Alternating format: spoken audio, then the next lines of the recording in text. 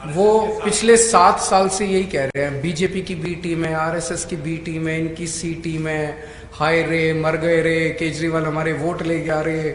वो रोते रहेंगे, धीरे धीरे खत्म हो जाएगी कांग्रेस। सर, अमित शाह के पंजाब में थे तो उन्होंने कहा था कि केजरीवाल साहब सिर्फ वोट की राजनीति करते हैं, इनका सुरक्षा को लेकर कोई लेना देना नहीं है। बॉर्डर स्टेट है तो हमेशा बढ़ा रहा है, तो उसी पर निशाना साधा। देखिए, आज पंजाब के अंदर पिछले 5 साल में और खासकर पिछले 3-4 महीने में जो घटनाएं घटी हैं, उससे एक बड़ा प्रश्न खड़ा होता है कि क्या कांग्रेस पंजाब को, पंजाब के लोगों को सुरक्षा दे सकती है। एक तरफ जहां आम पंजाबी अपने आप को सुरक्षित महसूस कर रहा है, महिलाओं के खिलाफ बहुत सारी वारदातें हो रही हैं, आम जनता के बीच में क्रिमिनल आपराधिक घटनाएं बढ़ी हैं। दूसरी तरफ बीजेपी के कई सारे अटेम्प्ट्स हुए हैं पिछले कुछ महीनों में। लुधियाना में बॉम्ब ब्लास्ट हुआ। प्रधानमंत्री की सुरक्षा, जब प्रधानमंत्री आए, प्रधानमंत्री की सुरक्षा में सिक्योरिटी ब्रीच हुआ। प्रधानमंत्री की सुरक्षा देश की सुरक्षा है, उसके ऊपर राजनीति नहीं होनी चाहिए। उसके ऊपर दोनों तरफ से राजनीति हुई, मैं उधर भी दोनों तरफ से उन्होंने राजनीति की। आम आदमी पार्टी कभी भी देश की सुरक्षा के साथ समझौता नहीं करती। हम कभी राजनीति नहीं करते। हमारे केंद्र सरकार से 100 मतभेद हैं, सब जानते हैं। लेकिन दिल्ली के अंदर जब जब लोगों की पब्लिक इंटरेस्ट की बात हुई, हमने केंद्र सरकार के साथ सहयोग करके, जैसे कोरोना का मामला था, सब लोग आप जानते हो कि किस तरह से हमने केंद्र सरकार के साथ सहयोग करके दिल्ली को कोरोना से बचाया। यहां भी जब भी सुरक्षा की, राष्ट्रीय सुरक्षा की बात होगी, हम केंद्र के साथ मिलके एक टीम की तरह देश की और पंजाब की सुरक्षा करेंगे। दूसरी चीज, बॉर्डर से नशा आ रहा है, बॉर्डर से टिफिन बॉम्ब आ रहे हैं, बॉर्डर से ड्रोन आ रहे हैं। इनमें बहुत सारी घटनाओं के पीछे कहीं ना कहीं रिश्वतखोरी होती है, भ्रष्टाचार होता है। हमने देखा जब बॉम्बे बॉम्ब ब्लास्ट हुए थे तो कस्टम के कुछ अधिकारी बिके थे, जिसकी वजह से आरडीएक्स हमारे देश के अंदर आया था। यहां भी कहीं ना कहीं भ्रष्टाचार होता है, जिसकी वजह से नशा एंटर करता है पंजाब के अंदर, जिसकी वजह से ये सारी चीजें एंटर करती है। आम आदमी पार्टी अकेली कट्टर ईमानदार पार्टी है। ईमानदार पार्टी आएगी तो नशा आना बंद होगा और बॉर्डर सुरक्षित होगा। एक मिनट,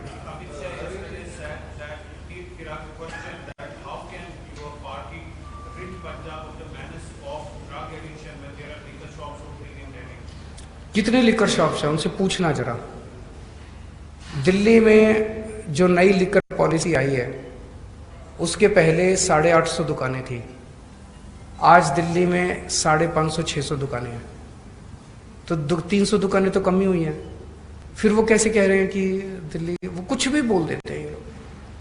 और बीजेपी तो झूठ फैलाने की मशीन है। मैं उनसे अगली बार वो ये कहें तो उनसे ये पूछना कि दिल्ली के अंदर तो दारू 1 नंबर में बिकती है, गुजरात के अंदर तो पूरा ड्राई स्टेट है, खुलेआम दारू की नदियां बह रही हैं वहां। उस इलीगल दारू का पैसा किसके पास जाता है? गुजरात के अंदर जो इलीगल दारू बिकती है, उन्होंने प्रोहिबिशन किया हुआ है गुजरात में, जो इलीगल दारू बिकती है उसका पैसा किसके पास जाता है?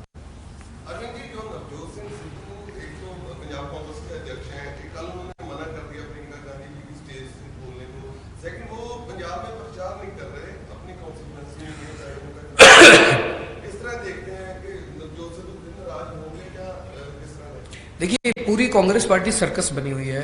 जैसा कल भी मैंने भी बोला था, भगवंत मान जी ने भी बोला था। एक बहुत बड़े नेता हैं, उनका बेटा एक और सीट से लड़ रहा है कांग्रेस को हराने के लिए, और वो नेता जो है वो अपने बेटे के लिए कांग्रेस को हराने के लिए प्रचार करने जा रहे हैं। चन्नी साहब है, उनका भाई दूसरी सीट से लड़ रहा है कांग्रेस को हराने के लिए। राजा वड़िंग कह रहे हैं कि मनप्रीत बादल मेरे को हरा रहा है। ये सारे के सारे कांग्रेसी आपस में एक दूसरे को हराने में लगे हुए हैं। क्या ऐसी पार्टी पंजाब को भविष्य दे सकती है? और दूसरी तरफ जब आप आम आदमी पार्टी की तरफ देखो तो एक अच्छी सुनियोजित सिस्टमैटिक परिवार टीम नज़र आती है। ऊपर मैं हूँ, पंजाब में भगवंत मान है, नीचे हमारे कैंडिडेट्स चुनाव लड़ रहे हैं, घर घर जाके लोगों को पंजाब की तरक्की की बात कर रहे हैं। जिस घर में प्यार होता है, मोहब्बत होती है, वही बरकत करता है। जहाँ इतने लड़ाई झगड़े होते हैं वो तो परिवार बिखर जाता है। तो अरविंद जी, एक आखिरी सवाल, जिस तरह आरोप लगते हैं अकाली दल ज्यादा ये कह रहा है कि दिल्ली से सरकार चलेगी, क्या पंजाब के लोगों को आप श्योरिटी दे सकते हैं कि अरविंद केजरीवाल का पंजाब की सरकार में कोई दखल नहीं होगा, जो फैसले में पंजाब में होंगे?